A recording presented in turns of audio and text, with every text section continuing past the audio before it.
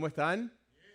Hey, bienvenidos, gracias por acompañarnos. Espero que puedan estar disfrutando con nosotros de este tiempo.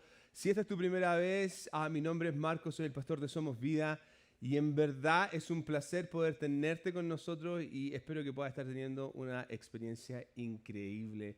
Algo que quiero hacer mención rápidamente tiene que ver con los bautismos la próxima semana. Si no has dado ese paso, inscríbete, pero lo otro tiene que ver con un concierto que vamos a tener aquí el primer miércoles de febrero a las 7 de la tarde y una mala costumbre que tenemos nosotros, lamentablemente, es que por alguna razón a nosotros nos gusta empezar a la hora. Entonces, llega a las 7 porque si llega a las 7:30 te pierdes la mitad de todo el tiempo que vamos a tener aquí, ¿ok? Así que no se lo pierdan, vamos a tener Santa Cena durante ese tiempo, así que les dejamos esa invitación hecha a cada uno de ustedes. Y hoy día ya estamos en tierra firme de terminar esta serie que comenzamos hace algunas semanas atrás, en donde hemos estado hablando de lo que tiene que ver con los fundamentos de nuestra fe. Y hoy día el mensaje que quiero compartirles tiene que ver con algo bien particular, que me lleva a pensar en algo que veía durante esta semana en un programa de televisión. Había como una especie de debate entre un grupo de personas que es transgénero con una persona que no lo es y que tiene ciertos conflictos con esto. Entonces, en su minuto, esta persona que no es transgénero le hace una pregunta a estas personas que están ahí, haciéndoles ver, defíneme qué es para ti una mujer.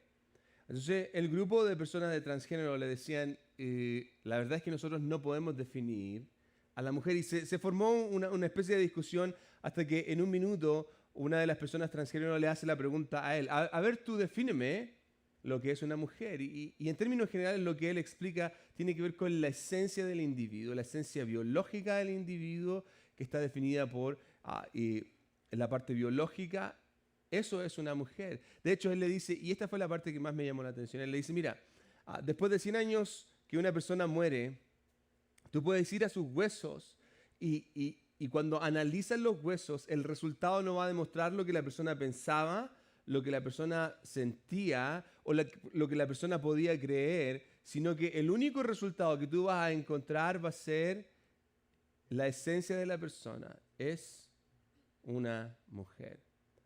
Ahora, esto pasa no solamente en estas circunstancias, sino que nos pasa a nosotros. Yo puedo decir que soy el mejor futbolista, yo puedo decir que, qué sé yo, soy un buen cantante, pero al final, no importa lo que yo haga, no importa lo que yo diga, hay cosas que me van a distinguir a mí de manera particular y personal, y de la misma manera te va a pasar a ti. Hay cosas que a ti te van a distinguir y que te hacen único, que te hacen única. Y la pregunta que quiero comenzar hoy día tiene que ver con esto. ¿Cuál es tu esencia? Cuando se habla de ti, ¿qué dice la gente que eres tú? La gente dice que tú eres ¿qué? Y hay algunos que pueden decir, no, la gente dice que yo soy simpático, qué sé yo, la gente dice que yo soy alto, la gente dice que yo soy chico, qué sé yo, la gente dice que yo soy malhumorado. ¿Qué es lo que la gente dice de ti? Ahora, yo puedo tener un concepto de lo que yo quiero ser y tú puedes tener una idea de lo que tú quieres ser, pero al final del día, no importa lo que yo crea, no importa lo que yo quiera, no importa lo que yo diga, al final del día, nuestra esencia se define por lo que hacemos. Y esto es sumamente importante. ¿Cómo yo sé que alguien es un campesino? No por lo que me dice, sino porque lo veo trabajando en el campo.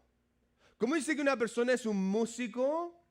No por lo que él me dice o ella me dice, sino porque lo que veo o la veo haciendo, tocando un instrumento. Sé que es un músico porque es capaz de tomar un instrumento y crear una melodía.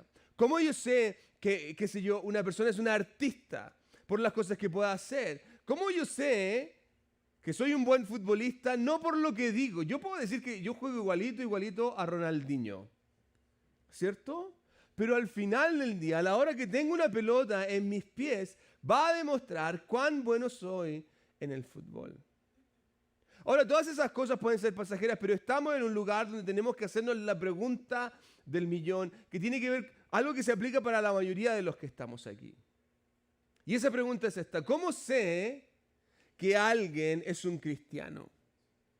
Ahora, cuando nosotros pensamos en esta pregunta, generalmente nuestro cerebro viaja en una base de datos donde se basa en general en lo que tiene que ver con nuestra cultura, de dónde crecimos, lo que vimos. Entonces, para algunos va a ser, los cristianos son esa gente que se para en la calle con guitarra y comienza a cantar. Así es como yo, por ejemplo, crecí. Y eso es lo que nosotros los cristianos hacíamos. O qué sé yo, algunos van a tener un concepto y una idea de que los cristianos son un grupo de personas religiosas que lo único que hacen es seguir reglas y uno tiene que portarse bien. Y quizás hay algunos otros que no, hay alguien que cree en Dios. Y la verdad es que, claro, podemos tener distintas ideas, pero tenemos que basarnos en el centro de lo que significa ser un cristiano. O en términos generales deberíamos tratar de responder a la pregunta, ¿cuál es la esencia de un cristiano?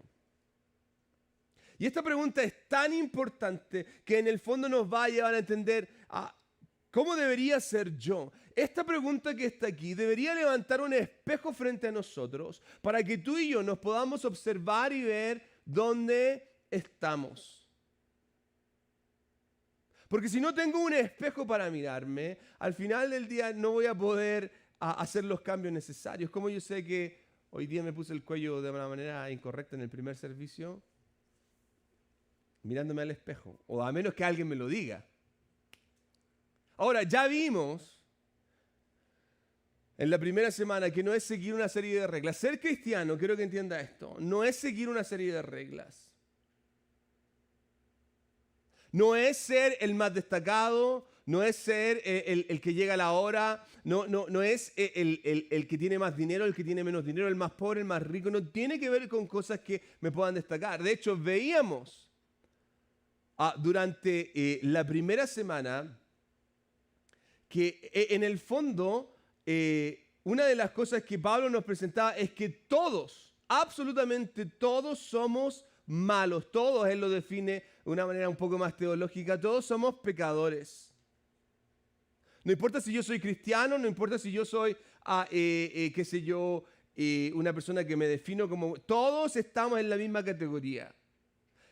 Y lo otro que Pablo nos decía es que el regalo de la salvación es eso, un regalo. Yo no puedo hacer absolutamente nada para merecerlo. Yo no recibo la salvación por lo bueno que soy, sino que lo recibo única y exclusivamente cuando me dispongo a aceptarlo.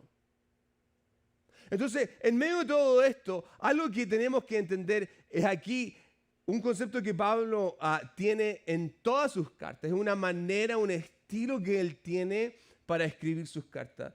Y quiero que, si te gusta leer la Biblia, observes cómo él siempre hace exactamente lo mismo en cada una de sus cartas. Él tiene una línea de dirección donde va a través de sus cartas. Generalmente lo que hace cuando Pablo escribe una carta es que presenta en primer lugar el problema. Y ya lo vimos, él presentó el problema diciéndonos que todos somos pecadores. Él presenta el problema de que no se trata de una cuestión de quién es mejor o quién hace más o quién hace menos. No, él nos presenta el problema. Después de eso nos presenta el conflicto que esto trae. ¿Okay? Y Pablo ha hablado un poco de eso, porque si yo me baso en mis propias fuerzas, si yo me baso en seguir una ley, al final del día voy a terminar completamente perdido. Y cuando termina de hacer esto, entra a lo que yo le llamo, hace un llamado o entrega una solución para que el individuo pueda seguir. Y la intención presentando este argumento es dejar que el receptor tome una decisión si está dispuesto a seguirlo o no. Entonces Pablo nos ha presentado todas estas ideas. Somos pecadores, nosotros no podemos hacer nada para recibir el regalo de la salvación. Nos dijo que no porque la gracia abunda, yo voy a hacer lo que quiera. Entonces uno queda como en una posición de entonces, ¿qué puedo hacer? Y ahora nos va a dar la respuesta a lo que podemos hacer. Pero recuerde esto, su respuesta no va a estar basada en una serie de reglas. Su respuesta va a estar expresada o puesta en una expresión de amor. ¿Cómo nosotros podemos responder? ¿Cómo nosotros podemos actuar en base a una relación íntima? Porque ya vimos que el legalismo dice, haz esto y vivirás. Pero la intención de Pablo es decir, vive en la gracia y entabla una relación. La intencionalidad de parte de lo que él quiere expresarnos es que cuando un individuo logra vivir una vida íntima en relación con Dios, eso se va a expresar en el resto de lo que hace. En su casa, en su trabajo, en su intimidad, en sus pensamientos, en todo lo que hace. Es algo que fluye a través del individuo. Ahora, Pablo ha venido mencionando esto a través de sus cartas. Es como que dentro de toda la carta de Romanos, él ha ido lanzando ciertas migajas donde va dejando un rastro de lo que él va a hablar ahora al final, ¿ok? Entonces, por ejemplo, en el capítulo 6, versículo 12, él dice, no permitan que el pecado controle la manera en que viven. No caigan ante los deseos pecaminosos. En el capítulo 7, versículo 6, él dice, ahora podemos servir a Dios. El capítulo 8, versículo 9 dice, pero ustedes no están dominados por su naturaleza pecaminosa, son controlados por el Espíritu. Si el Espíritu de Dios vive en ustedes. Ahora, en cierta manera Pablo nos ha ido empujando a que pongamos atención a través de cómo nuestra postura debería ser una que exprese esta relación que nosotros tenemos. ¿Qué es lo que deberíamos hacer? Entonces, pero ahora cuando entramos dentro de los últimos capítulos, él lo va a hacer tan claro que no va a dejar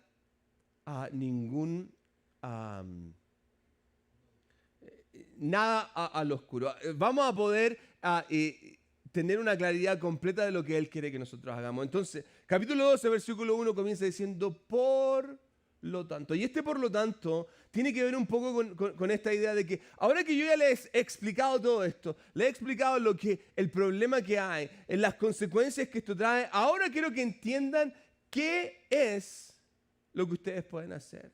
Por lo tanto, amados hermanos, les ruego. Y quiero detenerme aquí por un instante. ¿Por qué quiero detenerme aquí? Porque quiero que entienda que esta palabra, les ruego, no es más que una cuestión en donde Él quiere que nosotros entendamos que no nos va a entregar un mandato, no nos va a dar una orden, no nos va a dar un nuevo mandamiento. Lo que está haciendo es que nos va a dar una petición.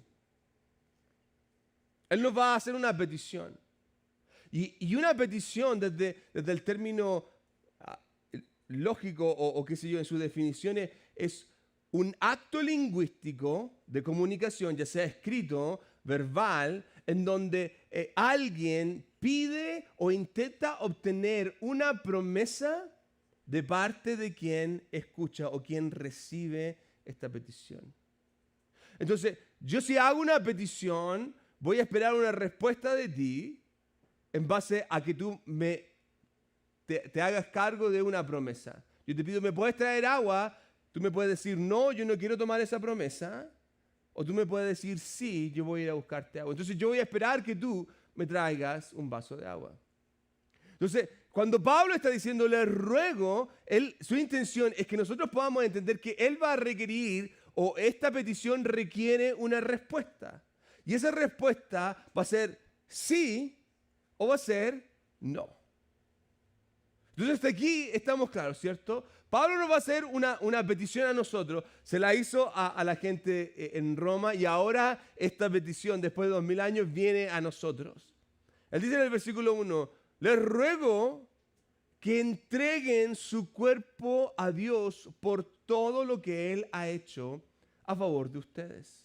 Que sea un sacrificio vivo y santo, la clase de sacrificio que a Él le agrada. Esa es la verdadera forma de adorarlo. Fíjense que aquí, en su petición, Él intenta hacernos ver que lo primero que nosotros deberíamos hacer es una muestra de entrega, una entrega de nuestra vida. En términos generales, Pablo lo pone de una manera gráfica y él nos hace ver que esta entrega no puede ser de cualquier forma, esta entrega tiene que ser un sacrificio vivo. Ahora, yo no sé usted, pero cuando yo miro esta palabra, un sacrificio vivo, ¿ok?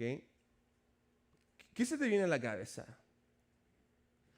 Puede que para algunos se vengan ciertas imágenes, otros están tratando de describir esto, pero para la persona que recibió esta carta en los tiempos en que Pablo escribe esta epístola, automáticamente se venía una idea a su cabeza, porque ellos estaban familiarizados con lo que era un sacrificio. Cuando ellos están leyendo esto, están pensando en lo que esto literalmente significa. Entregarse como un sacrificio o entregar un sacrificio para ellos significaba, en primer lugar, ir a un altar. En segundo lugar, llevar un animal y derramar su sangre. Ahora, quiero que entienda esto. Cuando Pablo está expresando esta idea, este concepto significa, es una ofrenda que yo llevo y esta ofrenda tiene un concepto de muerte. Hay algo que debe morir. En la cultura que existía en ese tiempo, lo que iba a morir era ese animal. Pero ahora Pablo está reemplazando el animal con nosotros. Y nosotros tenemos que ser ese sacrificio que se entrega de manera voluntaria. La invitación se extiende a nosotros. Lo que tenemos que entender en esta petición es, ¿estoy dispuesto a morir? ¿Estás dispuesto a morir a tus pasiones? ¿Estás dispuesto a morir a tus sueños? ¿Estás dispuesto a morir a eso que te mantiene atado? A entregarte voluntariamente y decir, yo ya no vivo de esta manera, sino que ahora voy a vivir acorde a la voluntad de Dios. No por un mandato, no por una obligación, sino por un deseo de tener una verdadera relación con Dios.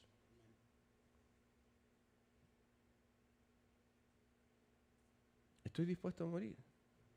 Ahora, ojo, que Pablo está comenzando y da el primer golpe, ¿ok? Pero cuando uno continúa leyendo, él dice lo siguiente, no imiten las conductas ni las costumbres de este mundo, más bien dejen que Dios los transforme en personas nuevas al cambiarles la manera de pensar. Entonces, cuando ustedes no se dejen amoldar, aprenderán a conocer la voluntad de Dios para ustedes, la cual es buena, agradable y perfecta. Fíjense que aquí ya nos pide que seamos en primer lugar un sacrificio vivo, pero ahora está involucrando una nueva idea. Y esta nueva idea tiene que ver con un concepto de transformación.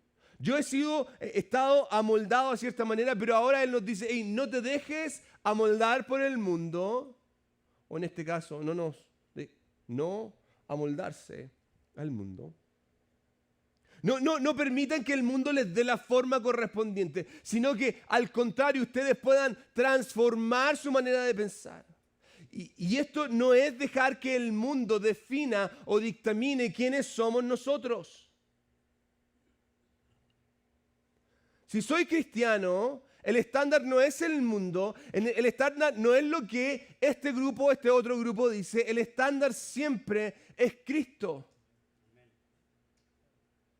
Porque cuando yo tomo un molde y me introduzco en él, si es el mundo, me voy a parecer al mundo. Voy a hablar como el mundo habla, voy a pensar como el mundo piensa, voy a estar de acuerdo con las cosas que el mundo está de acuerdo. Pero si yo tomo el molde que es de Cristo, entonces voy a pensar como Cristo, voy a hablar como Cristo, voy a relacionarme como Cristo lo hace. La pregunta aquí es, ¿a quién me estoy pareciendo? ¿A qué te estás pareciendo tú? Porque mire, yo puedo entrar por esa puerta y puedo decir, yo soy cristiano, pero lo que digo no vale. Yo puedo pensar en mi cabecita que soy bueno, pero lo que pienso no vale. La clave está en que cuando la gente me observa, va a ver a alguien que está amoldado a cierta forma. Cómo actúa, cómo se relaciona, cómo habla. De hecho, por sus frutos, por sus obras, ustedes los van a conocer.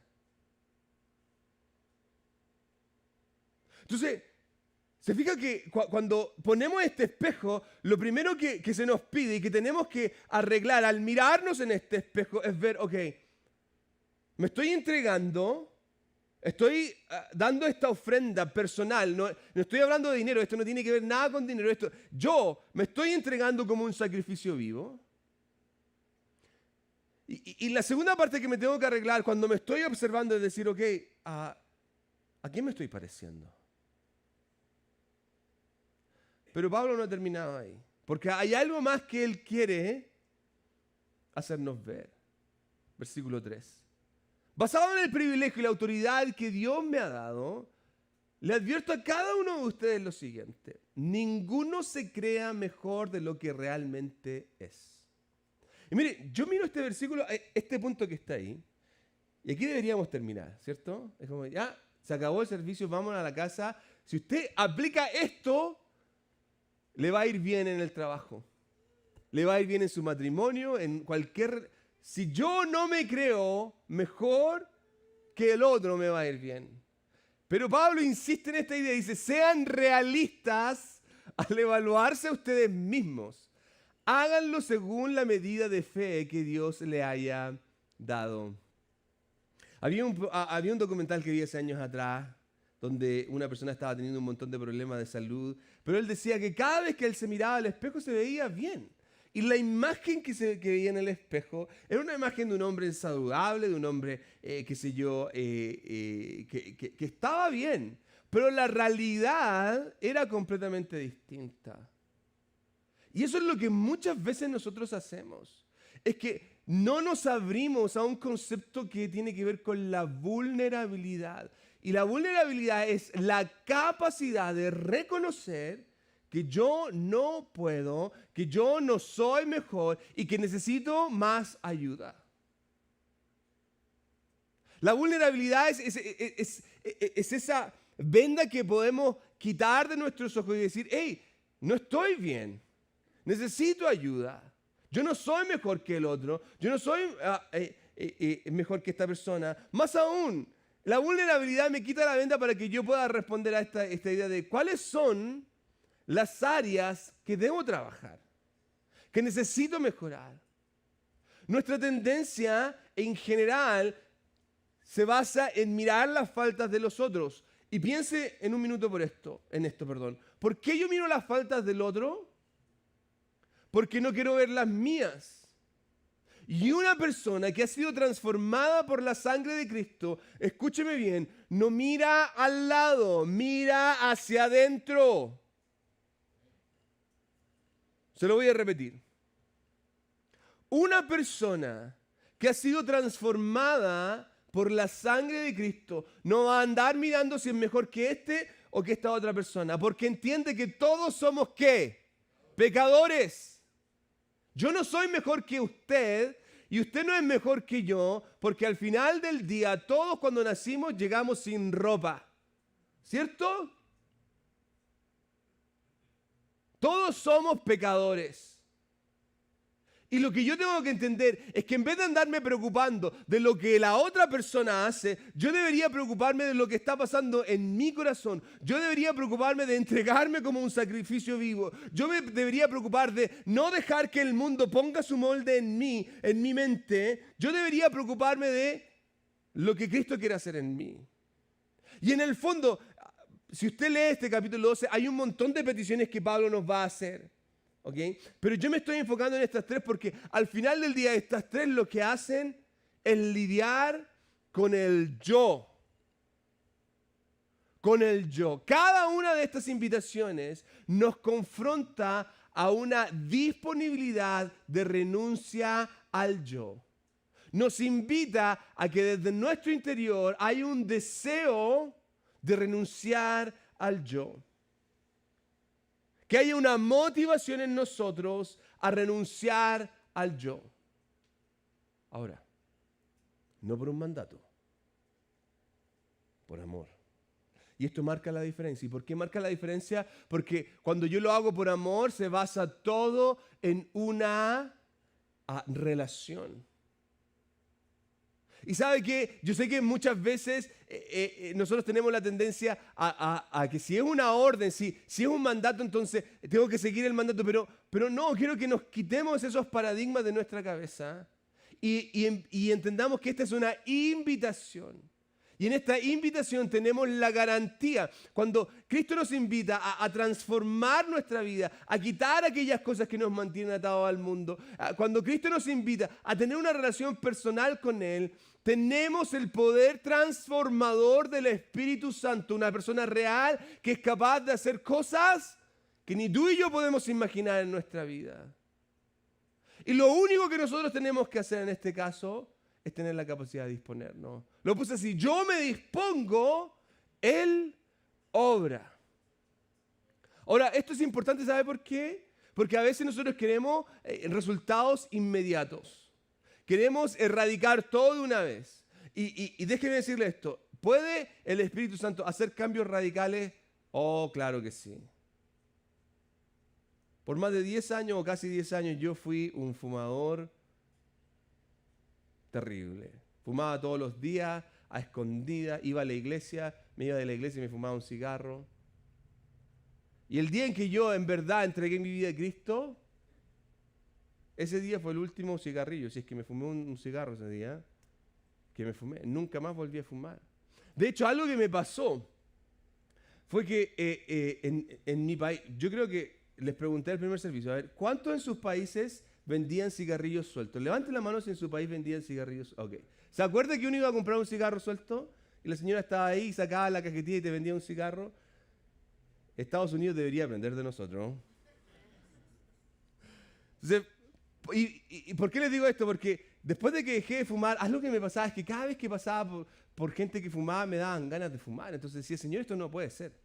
Esto no puede ser que yo quiera fumar. Entonces fui al almacén y me compré un cigarrillo suelto. Y yo vivía en la iglesia en ese tiempo. Entonces me fui a la iglesia. En el patio de la iglesia me prendí el cigarro.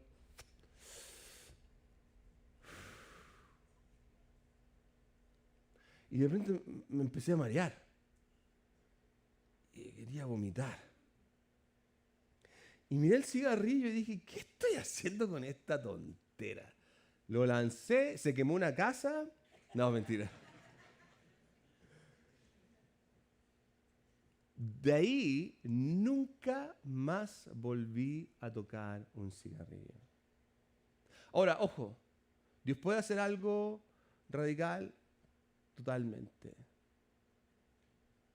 Pero el proceso es parte también del progreso. Yo les decía recién, mi experiencia con el cigarrillo fue instantánea, pero mi adicción a la pornografía fue un proceso. Pasaron años en donde yo le pedía a Dios, Señor, líbrame de esta adicción, y yo no veía resultados. Y Dios estaba trabajando en un montón de áreas en mí para cambiarme. Y en el minuto en que yo fui capaz de confesar mi pecado, fui libre. Y ¿sabe que cuando yo veo la palabra de Dios y veo las historias de individuos, veo procesos? Piense por un minuto en el padre de la fe, Abraham, un hombre que es llamado, pero tiene que atravesar un proceso desde el minuto en que Dios lo llama hasta el minuto en que Dios le entrega a ese hijo prometido. O piense, por ejemplo, en el libertador de Israel, Moisés. Desde el minuto en que este joven nace y se cría en la corte del faraón y luego tiene que escapar. Todo un proceso que tiene que atravesar hasta el minuto en que él ya es capaz de golpear las aguas y abrir el mar. O piense, por ejemplo, en un joven pastor que Dios llama a ser el rey de Israel. No es que cuando Dios lo llama lo sienta en el trono al otro día. Pasan un montón de años en donde Dios estaba preparando el corazón de esta persona. Dios trabaja en procesos. Y el proceso puede que muchas veces se vea lento, pero en ocasiones quiero que entienda que va a llegar un minuto en que tú vas a mirar hacia atrás y vas a decir, wow, mira dónde Dios me ha puesto, dónde Dios me tiene. Y Dios hace este tipo de cosas, ¿por qué? Porque quiere tomar al individuo de donde está y quiere llevarlo a donde Él quiere que esté. Él quiere hacer una obra en cada uno de nosotros. Y si hay algo que les puedo decir que está en el corazón de Dios hoy día, es que Él quiere hacer una obra en ti. La pregunta es, ¿estoy yo dispuesto a dejarlo? Porque le insisto. Yo puedo decir que soy cristiano.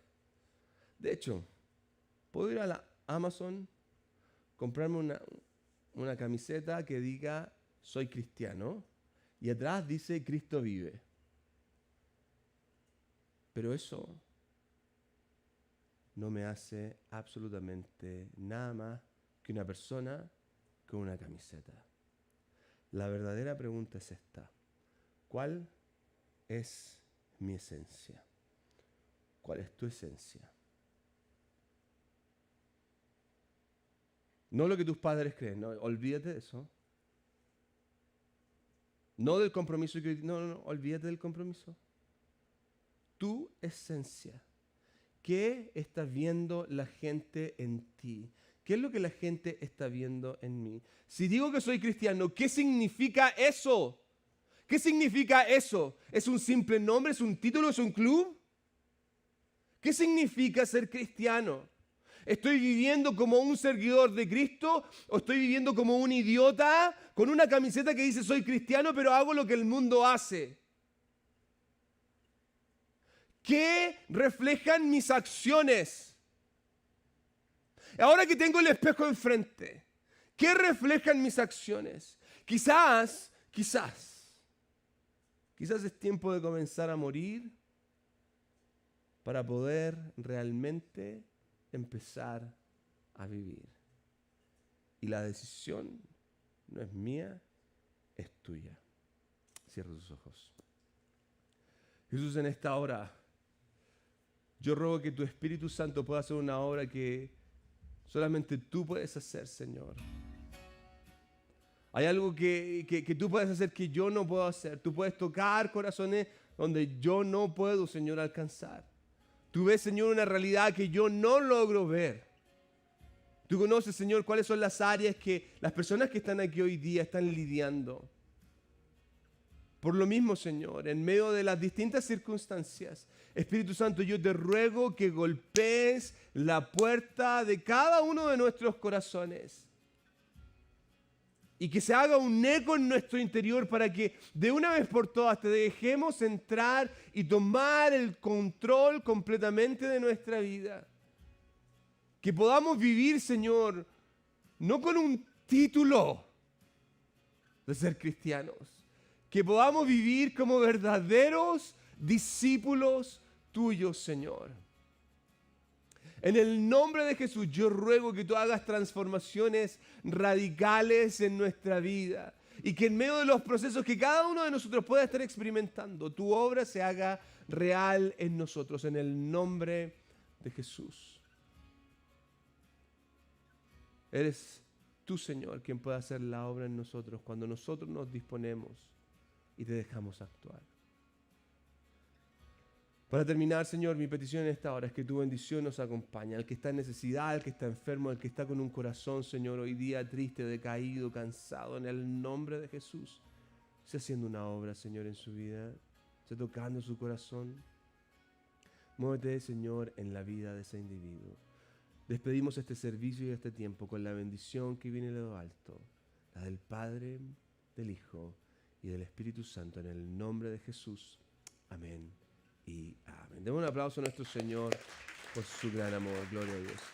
Hey, gracias por acompañarnos. Están despedidos. Espero que puedan tener una excelente semana y nos vemos el próximo domingo a la misma hora y en el mismo canal. Adiós.